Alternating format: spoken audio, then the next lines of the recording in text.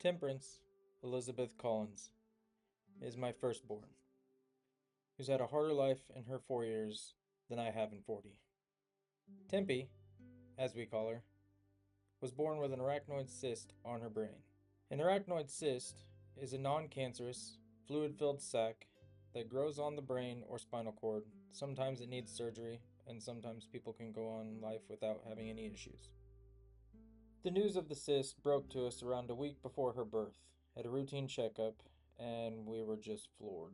Panic set in, and over the next 6 months, we tried to put it as far away from our mind as we could. Along came the 6 month mark, and we were sitting in the waiting room after my daughter received her MRI. The doctor walked in, sat us down, and said, indeed, it had increased in size to the point to where her left hemisphere was being pressed into her right. Tempe was on track to undergo a procedure called a craniotomy, where they cut out a portion of her skull and install a shunt, which is basically a drain that runs through her system and disperses all the fluid.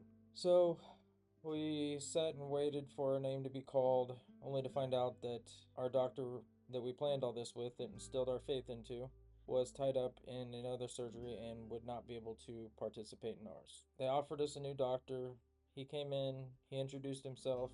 He said he specializes in that kind of thing, and he wanted to let us know that he was wanting to try a new procedure, which took away the hardware, and basically he cut an incision to make it a natural aqueduct, and he thought it would be a better quality of life for her.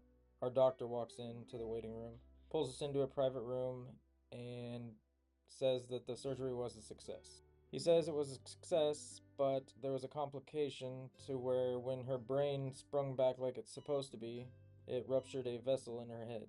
The vessel ended up bleeding out so profusely that she had to be revived. Recovery started in our new room, which would be our room for the next 2 weeks, and she started showing signs of recovery and improvement, and then she had a seizure. Apparently, when the blood comes in contact with the brain, it kind of shocks it. And finally, after 2 long, agonizing weeks, we were cleared to leave. And Tempe has not had a seizure since, and she's excelled at everything she's put her little mind to.